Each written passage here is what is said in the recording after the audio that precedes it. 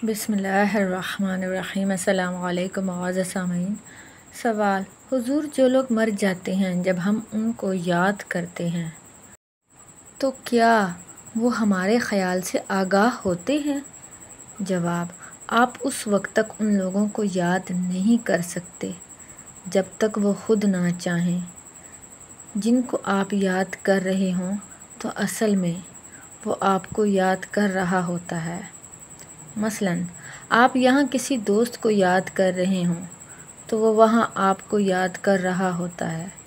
اگر آپ درود شریف پڑھیں تو وہ وہاں پہنچ جاتا ہے۔ تو روحوں کے اس دنیا کے ساتھ تعلق کا اتنا بین ثبوت ہے کہ ہماری یہ ساری دنیا ماضی کا ریکارڈ ہے۔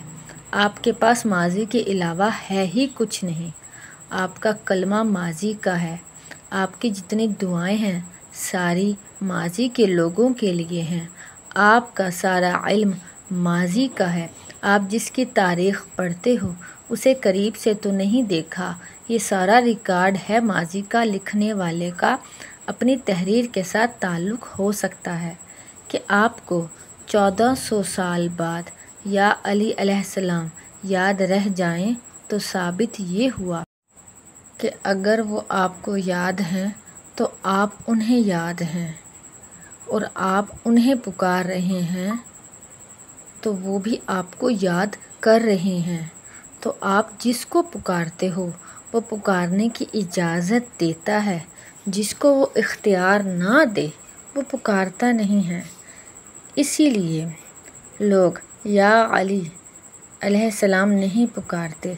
سارے لوگ داتا دربار جا کر داتا صاحب رحمۃ اللہ علیہ کو نہیں پکارتے، اور وہ وہاں جانے کے باوجود نہیں پکارتے۔ صحیح جاننے والے کو صحیح علم ملتا ہے۔ تو جن کو یاد کریں ان کو علم ہوتا ہے کہ آپ انہیں یاد کر رہے ہیں، اور آ کر اپنی یاد آپ ہی جگاتے ہیں۔ ورنہ زندگی میں ماں باپ زندہ ہوتے ہیں اور انسان یاد نہیں کرتا، اور پھر گزرے ہوں کو یاد کرتا رہتا ہے۔ یہ تقرب جب بھی ملے اچھی بات ہے، بلکہ آپ یہ بات یاد رکھنا کہ گزری ہوئی تاریخ جس وقت آپ کے علم میں آ رہی ہوتی ہے تو اصل میں وہ اسی وقت گزر رہی ہے۔ مثلاً کربلا ایک ایسا واقعہ ہے جو گزر گیا ہے، اور اگر آپ نے اب پڑھا ہے تو یہ آپ پر اب گزر رہا ہے۔ پانی پت کی لڑائی جو ہے اگر آج آپ پڑھیں تو یہ آج ہو رہی ہے۔ واقعہ تب ہوتا ہے جب آپ کو علم ہوتا ہے۔ اللہ تعالیٰ کے سامنے جب آپ کا سجدہ ہوتا ہے تب آپ کو علم ہوتا ہے۔ آپ کے آگے پیچھے بھی اللہ تعالیٰ ہے، لیکن آپ کا اصل تعلق سجدے کے ساتھ ہے۔ آپ سادگی اختیار کرو، خوش رہا کرو، کامیاب رہو۔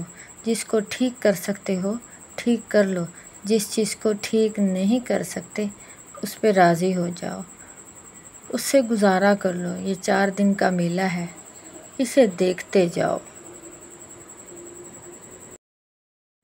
اللہ تعالیٰ سرکار واصف علی واصف رحمۃ اللہ علیہ کے درجات بلند فرمائے، آمین ثم آمین۔ عزیز سامعین، آپ کو ہماری ویڈیوز کیسی لگتی ہیں؟ کمنٹس میں اپنی قیمتی رائے سے ہمیں ضرور آگاہ کیجیے۔ شکریہ۔